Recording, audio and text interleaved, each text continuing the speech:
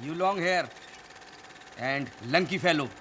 Stand where you're sitting. Again time this baby to touch to my fingerprint you chick. So big chick, you chick, red chick. नमस्कार, आप देख रहे हैं people समाचार और मैं हूं आपके साथ निकिता पाटीदार। और आज हमारे साथ एक बहुत ही खास शख्सियत मौजूद है। आज हम आपको पन्ना के एक हीरे से मिलवाने जा रहे हैं। मिलिए इश्तियाक खान से। इश्तियाक जी, सबसे पहले बताइए, पन्ना की गलियों से निकली हुई एक कहानी थिएटर के रास्ते हुए कैसे बड़े पर्दे तक पहुंची? पन्ना में शुरुआती दौर में मैं संगीत में जुड़ा हुआ था। मैंने तबला सीखा, शास्त्रीय संगीत सीखा स्वर्गीय पंडित राम प्रसाद मिश्र जी से। उसके बाद इप्टा में मैंने शुरुआत की, भारतीय जन नाट्य संघ। मैं आंदोलन से जुड़ा हुआ था। पहले नुक्कड़ नाटक किया करता था, सरकारी जो भी गलत नीतियां हैं उनके ख़िलाफ़ बात किया करता था। फिर उसके बाद धीरे धीरे प्रोफेशनल इसको अपनाना शुरू किया इस काम को। और एक ऐसा इत्तेफाक हुआ कि सागर में एक वर्कशॉप थी बीबी कारन जी की, अन्वेषण थिएटर ग्रुप की। तो उधर जब मैं गया तो मुझे पता चला कि एक NHD करके एक दिल्ली में स्कूल है, वहाँ जाएंगे तो बहुत अच्छे से सीखने को मिलेगा। ऐसे ऐसे लोग उधर से निकले हैं, तो ये जहन में था। फिर पता चला कि भोपाल में स्वर्गीय श्री अलखनंदन जी का नटबुंदेल एक ग्रुप है। जब तक BA नहीं हो रहा है तब तक अगर इधर कर लिया जाए, तो फिर इधर आया मैंने। हाँ, भोपाल उनके साथ काम किया। फिर NHD एग्ज़ाम दिया, उसमें पास हुआ। उधर मैंने एक्टिंग में डिप्लोमा लिया NHD से। और फिर मुंबई आया। मुंबई में मैंने आपने बताया आपने काफी समय तक थिएटर किया। कई बार ऐसा देखा जाता है कि थिएटर आपको मंच तो दे देता है लेकिन आपकी जेब खाली रख देता है। तो उस दौरान आपका रोजगार का या जीवन यापन का क्या जरिया रहा? ये बहुत अच्छा प्रश्न है। अभी मैं पाटीदार साहब के साथ आ रहा था, रास्ते में उन्होंने सेम यही बात बोली थी कि थिएटर में उतने पैसे तो होते नहीं, तो कुछ ऐसा करना चाहिए थिएटर वालों को कि उनका जो जीविका है वो थिएटर से भी आने लगे। उसके लिए थॉट इम्पॉर्टेंट है कि आप कलात्मक चीज़ें बनाना चाह रहे हैं या दर्शकों का ध्यान रख के, क्योंकि यही एक विरोधाभास है कि आप जब हिंदी रंगमंच की बात करते हैं तो इधर कला के लिए कला ज़्यादा करने लगते हैं कि किस तरीके से हम इतना कठिन नाटक करें कि नाटककारों को समझ में आए, जो नाटक करने वाले हैं वो तारीफ करें, दर्शकों का ख्याल नहीं रखते। जैसे कि आप गुजराती रंगमंच देख लीजिए, आसाम का रंगमंच देख लीजिए, मराठी रंगमंच देख लीजिए, उसमें आर्थिक प्रॉब्लम नहीं है। उधर सब लोग अच्छे से कमा रहे हैं, क्योंकि उनका जो काम करने का तरीका है वो दर्शकों को ध्यान में रख के। इसका मतलब ये नहीं कि फूहड़ता लेके चलते हैं। आप उधर उसका उधर के नाटक देखेंगे, वही टॉपिक होंगे जो लोग पसंद करते हैं, लोग देखते हैं। चाहे वो कोई भी टॉपिक हो, चाहे कितना ही सीरियस टॉपिक हो, उसको इस तरीके से सजा के पेश करते हैं कि आम जनता उससे सीखती है, उसका मनोरंजन होता है, तो वो टिकट लेने के लिए तैयार हो जाती है। तो हमारे हिंदी रंगमंच में प्रॉब्लम यही है, इसको समझना होगा और इससे लड़ना होगा। आपकी फिल्म आई है लूडो, बहुत प्रशंसा हो रही है उस फिल्म की। उसमें जो आपका किरदार है वो हमें फंस गए रे ओबामा की याद दिलाता है। तो पहले तो वो टीचर जी से हमारे दर्शकों का इंट्रोडक्शन हो जाए एक बार। हाँ, वो सुभाष कपूर जी ने डायरेक्ट की थी फंस गए रे ओबामा। और इंग्लिश टीचर, क्योंकि हम लोग छोटे शहर से हैं, पन्ना से हैं, हमारे इधर बहुत कोई अगर इंग्लिश के 4-5 शब्द बोल दे तो उसकी एक इज्जत बढ़ जाती थी। और अंग्रेजी बोल रहा है, अब वो कैसा बोल रहा है पता नहीं। धीरे धीरे एक समय के बाद जब दुनिया चेंज हुई, लोग बाहर पढ़ने जाने लगे और इंग्लिश स्कूलों का जो है तारतम्य दौर आ गया, तो पता चला कि फलाने व्यक्ति जो इंग्लिश बोलते हैं वो तो टोटल नकली बोलते हैं। झोल है। हाँ, झोल है। इतने सालों से बेवकूफ़ बनाते रहे, है ना। तो ऐसे ही कैरेक्टर मुझे उन्होंने ऑफ़र किया, तो मुझे अपने शहर के कुछ ऐसे लोगों का याद आया कि कितने कॉन्फिडेंस से वो बोलते थे कि एक पूरी जनरेशन जो है वो उनसे सीखती रही। बाद में पता चला कि वो सब गलत था जो सीखा। हाँ, लेकिन सिखा रहे थे। तो वो कैरेक्टर ऐसा था और उसमें अपने आप में उसको घमंड था, तो वही उसको उठा के मैंने इस कैरेक्टर में प्रो दिया। रिजल्ट ये है कि अभी भी वो लोग पसंद करते हैं, सराहा जाता है। हम लंदन गए थे तो लंदन में कुछ ऐसे हिंदुस्तानी लोग थे कि वो सिर्फ इसलिए मिलने आए थे क्योंकि इंग्लिश टीचर का जो किरदार था वो उनके मोबाइल में रखा हुआ है। बड़ा अच्छा लगा था कि वो लोग भी वैसे किरदारों को पसंद करते हैं। उनको भी अभी मालूम है कि ऐसे किरदार हमारे शहरों में हमारे आसपास थे, बसे हुए हैं। एक झलक उसकी। Hello you long hair and long की fellow sting seating Again time this baby to touch to my fingerprint, you chick. So big chick, you chick, red chick. The postman, the busy man, the collector letter from the fever. Stand up! बहुत ही शानदार। वो जो उसका touch है वो अभी भी बरकरार है पूरी तरीके से। कभी कभी लूडो में आपने काम किया है, बहुत ज्यादा उस किरदार की तारीफ हो रही है और फिल्म भी बहुत ज्यादा सराही गई। क्या कहेंगे इस पे? अनुराग के साथ आपने काम किया, अनुराग वासु के साथ। अनुराग सर के काम करने का जो तरीका है वो बिल्कुल ऐसा है जैसे कि आप किसी बच्चे के साथ खेलते हैं। अच्छा। जब कोई बच्चा आपके आसपास आता है तो आप उसको अच्छे से हैंडल करते हैं ताकि वो रोए नहीं, उसका एंटरटेन होता रहे। ठीक वैसा ही उनका काम है। वो एक्टर के साथ इतने अच्छे से रहते हैं, इतने अच्छे से खेलते हैं कि वो महसूस नहीं होने देते एक्टर को कि आप काम कर रहे हैं। और यही एक ऐसी चीज़ है जो एक एक्टर को अंदर से उत्साहित करती है, काम करने का एक मोटिवेट करती है और वो डरता नहीं है कोई भी चीज़ करने से। तो यही अनुराग सर का जो है मेन पकड़ है। उन्होंने इस दौरान रखा स्क्रिप्टेड था या ऑन प्लॉट जाकर जहाँ पर आप शूट कर रहे होते थे वहाँ पर चेंजेस होते थे? उसमें स्क्रिप्ट नहीं थी कुछ। अच्छा। हमारे कैरेक्टर का एक खाका बताया था उन्होंने कि आपका कैरेक्टर जो है वो ऐसे से ऐसा है, ये उसकी जर्नी है, ऐसा ऐसा करेगा, लेकिन डायलॉग अभी नहीं है।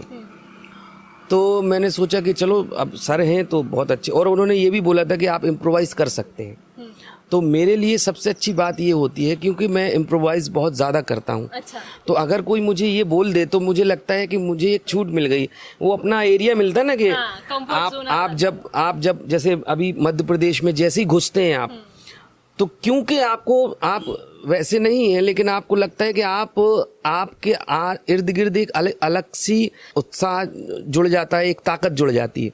आप लगता है कि आप अपनी जगह आ गए हैं, है ना। ऐसी इम्प्रोवाइजेशन में अगर कोई बोल देता है कि आप करेंगे तो हमें लगता है चलो ठीक है, अब हमें अपना जोन मिल गया है, इसमें खेल जाएंगे हम, इसमें तो माहिर हैं। ओम प्रकाश जिंदाबाद अभी रिलीज हुई है, आपने इसमें ओम पुरी जी के साथ काम किया, उनसे जुड़ा कोई किस्सा? ओम पुरी सर के साथ जो हमारी शुरुआती जो शूटिंग का 2-3 दिन तो ऐसे गुजरे क्योंकि आप जब किसी अच्छे ऐसे इंसान के साथ काम कर रहे होते हैं जिसको देख के आप बड़े हुए हैं, जिनकी एक्टिंग पढ़ाई जाती है, स्कूलों में उनके कैरेक्टर की बात की जाती है, उनके साथ अगर स्क्रीन शेयर करने का मौका मिलता है या मिला मुझे, तो मैं कम से कम 2-3 दिन तो इसी में रहा कि यार कैसे अपने आप को तैयार करके जाएं ताकि हमारी वजह से वो परेशान ना हो। हाँ, हमारी वजह से परेशान ना हो और हमारा इतना अच्छा काम हो कि कम से कम किसी को पसंद आए ना आए, इनको तो आए तो अच्छा लगेगा। अगर हमारी कोई कमियां हैं तो ये बता दें हमें। ये करते गए, फिर एक समय के बाद ऐसा उनको समझ में आ गया कि ये लड़का जो है हमारी जो पर्सनालिटी है कैरेक्टर की नहीं, as an actor Om Puri की जो पर्सनालिटी है वो इसको कहीं ना कहीं काम करने में बाधा डाल रही है, ऐसा हमें लगा। तो उन्होंने फिर, क्योंकि हमारे जहाँ हम रुके थे हमारे ही रूम के सामने उनका रूम था, तो उन्होंने फिर शाम को बुलाना चालू किया। शाम को जब शूट ख़त्म होती थी तो वो अपनी गाड़ी में बिठाल के हमारे साथ घूमते थे, बातें करते थे। फिर उसके बाद ये बहुत इम्पोर्टेंट बात है जो जहन में अभी बसी हुई है कि कैसे उन्होंने अपना ऑरा तोड़ा और किस तरीके से वो हमारे साथ आए, और फिर 2-3 दिन बाद से शूट बहुत अच्छा होना शुरू हुआ। छोटी छोटी चीज़ों का ध्यान बहुत ज़्यादा रखा गया इस दौरान। हमें ये बताइए, अभी बीते दिनों बॉलीवुड में नेपोटिज्म को लेकर एक बहुत ज़्यादा बहस छिड़ी हुई है। आपका कोई भी बैकग्राउंड नहीं रहा फिल्म इंडस्ट्री से जुड़ा हुआ है, तो नेपोटिज्म पर कभी आपने फेस किया हो या आपका इस पर क्या कहना है? नहीं, मैंने तो ऐसा कुछ फेस नहीं किया जी। और मुझे उस पे ज़्यादा लगता भी नहीं है कि नेपोटिज़म अगर होता भी होगा, क्योंकि ये सारी चीज़ें दर्शकों के हाथ में हैं, हमारे आपके हाथ में है। सामने जो आसपास जो जा रहे हैं उनसे कोई ये नहीं बोलता कि फलाना लड़के की फिल्म आई है, फलाने के लड़के की फिल्म आई है, आपको देखना ही पड़ेगा, या आप देखो यार ये लॉबी है अपनी। ऐसा कुछ नहीं है। फिल्म रिलीज़ होती है, जिसको जाना हो जाए, जिसको नहीं जाना नहीं जाए। जो अच्छा होगा चाहे कोई भी हो, जो ख़राब होगा चाहे कोई भी हो, उसका वही हश्र होगा अच्छे और बुरे की तरह। जनता मालिक है। जनता मालिक है। हमें ये बताइए कि अभी ओटीटी प्लेटफॉर्म्स को लेकर भी बहुत ज़्यादा सेंसरशिप की बात हो रही है, आपका इस पर क्या कहना है कि सेंसरशिप लगाई जानी चाहिए या नहीं लगाई जानी चाहिए?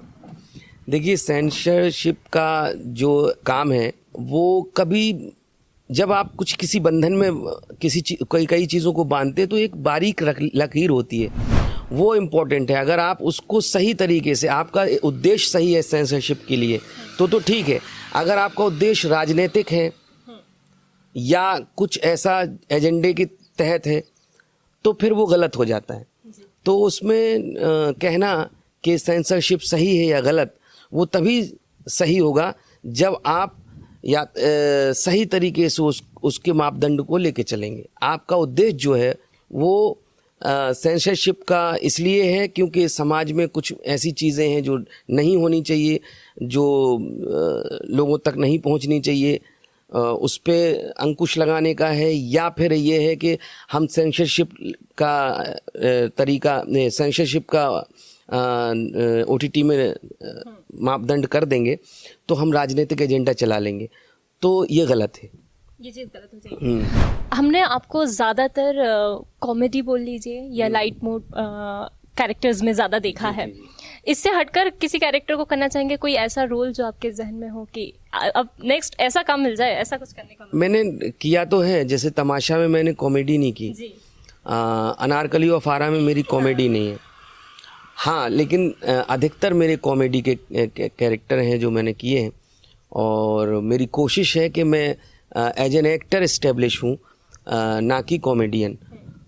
कॉमेडियन कोई बुरी चीज़ नहीं है, लेकिन मेरा एक सपना है कि मैं हिंदुस्तान या विश्व में कभी जाना जाऊँ, कहीं भी जाना जाऊँ तो एज एन एक्टर जाना जाऊँ, ना कि कॉमेडियन। इसलिए मैं अभी जो कैरेक्टर करने वाला हूँ, जो आने वाले समय पे है, कुछ ऐसे कैरेक्टर हैं जो बहुत सीरियस नोट पे हैं। किस तरह के कैरेक्टर्स देखने को मिलेंगे? एक तो ग्रे कैरेक्टर होते हैं जो थोड़े सेमी, आपको लगेगा कि ख़राब भी है, अच्छा भी है ना? नहीं कर पाते। हाँ, कुछ ऐसे कैरेक्टर कर रहा हूँ मैं। कुछ विलेन है। अच्छा। एक फिल्म में विलेन हूँ मैं, वो कर रहा हूँ। विलेन की आपने बात की, अगर आपको किसी फिल्म में हीरो बनाया जाए तो आप किस एक्ट्रेस के साथ काम करना चाहेंगे? मैं अगर रियलिस्टिक पैटर्न में फिल्म, क्योंकि मैं वैसे कुली नंबर 1 ऐसा तो कर नहीं पाऊंगा, मैं बहुत ख़राब लगूंगा उसमें। अगर करूं भी तो वो बेवकूफ़ी होगी। हाँ, लेकिन अगर कुछ ऐसी फिल्में होंगी जो रियलिस्टिक बैकग्राउंड में होंगी, ऐसी कहानियों में होंगी जिसमें आम व्यक्ति हीरो होगा, तो उसमें मैं आम लड़कियों में या हीरोइनों में चाहूँगा आलिया भट्ट है, और भी ऐसी जो बहुत नेचुरल तरीके से काम करती हैं। जैसे कि अभी मुझे एक नाम नहीं आ रहा, बहुत अच्छी एक्ट्रेस आई हुई है, उसका काम भी बहुत अच्छा है, भोपाल की है अपनी। अच्छा। जहन से उतर गया होगा। आपने एक्ट्रेस के बारे में बात की, मूवी की बात की, कोई डायरेक्टर जिनके साथ आप काम करना चाहते हो आगे? मैं श्री राम राघवन के साथ काम करना चाहता हूँ। मुझे लगता है कि वो हिंदुस्तान के बहुत ही अच्छे डायरेक्टर हैं और हर एक्टर को उनके साथ काम करना चाहिए। आपके अकॉर्डिंग बेस्ट ओटीटी प्लेटफॉर्म कौन सा है? अब ये कहना तो बहुत मुश्किल है। अच्छा। क्योंकि सारे ओटीटी प्लेटफॉर्म जो हैं अपने अपने तरीके से, क्योंकि हर ओटीटी प्लेटफॉर्म का एक क्राइटेरिया कि मैं ऐसी फिल्में बनाऊंगा, मैं ऐसे, तो हर कोई अपना अपना जॉनर पकड़े हुए है, तो अब किस जॉनर को ख़राब कह दूं? ये भी गलत। हाँ, सही बात है। आप इतने समय तक संगीत से जुड़े रहे, आपका बचपन पूरा संगीत में रहा। अगर बॉलीवुड आपको संगीत को लेकर के हाथ बढ़ाता है तो कभी जाना चाहेंगे? हाँ, मैं कर सकता हूँ, लेकिन बशर्ते वो क्रिएटिव लेवल पे कोई म्यूज़िक करवाना चाहते हैं, रोज़मर्रा वाला ढर्रे वाला नहीं। किस तरह का काम? जैसे कि आप देखिए, मेरी जो सोच है वो वैसी है कि आप मान लीजिए बैकग्राउंड म्यूजिक की बात करते हैं, कोई रो रहा है, किसी के साथ कुछ गलत हुआ है, तो हो सकता है कि हमसे डायरेक्टर बोले कि आप सारंगी बजवा दीजिए, सितार बजवा दीजिए, कुछ ऐसी सीरियस चीज़ें करवा दीजिए। लेकिन हमारा मानना ये होगा कि हम उस कैरेक्टर के अंदर क्या बीत रही है, हो सकता है कि मैं उसके बैकग्राउंड में आरी की आवाज़ करा दूं, घर घर घर घर। हो सकता है कि बैकग्राउंड में कोड़े मारने की आवाज़ करवा दूं, या बहुत सारे हॉर्न की आवाज़ निकलवा दूं। तो मैं ये चाहता हूं कि जो हमेशा से चला आ रहा है कि सीरियस है तो सारंगी बजा दो, सीरियस है तो आलाप ले लो, सीरियस है तो सितार बजा दो, सीरियस है तो कुछ ऐसा कर दो, वायलिन बजा दो। मैं ये नहीं चाहता। मैं चाहता हूँ कि सीन की मर्यादा रखते हुए कैरेक्टर का भी अपना, उसके अंदर क्या बीत रही है वो हम कैसे म्यूजिक के थ्रू दिखा सकते हैं। हाँ, म्यूजिक के थ्रू बता सकते हैं। वो ऐसा हम काम करना चाहते हैं। हाँ, तो ज़रूर हमें लगता है कि आप ज़रूर ऐसा कुछ करेंगे और हमें जल्द ही ऐसा कुछ करते हुए दिखे। आपके अपकमिंग प्रोजेक्ट्स क्या हैं? मेरी एक फिल्म आ रही है आधार, सुमन घोष की। हाँ। और एक फिल्म आ रही है मैदान, अमित शर्मा जी की। और एक मूसो आ रही है दीपांकर प्रकाश की। एक आ रही है शैडो ऑफ ऑथेलो। किस तरह के किरदार हैं इनमें? इनमें सब अलग, कोई कॉमेडी है, कोई सीरियस है, इस तरीके से। तो हमारे दर्शकों को पूरा इंतजार रहेगा कि आप बहुत ही अच्छे किरदारों के साथ आए और टीचर जी से लेकर के अभी जो पुलिस वाले का आपने किरदार किया, ऐसे और भी किरदार देखने को मिले। तो ये थे हमारे साथ इश्तियाक खान, जिन्होंने अपने सफ़र के बारे में हमसे बातें शेयर की। कैमरा पर्सन प्रतीक के साथ मैं निकिता पाटीदार, पीपल समाचार के लिए।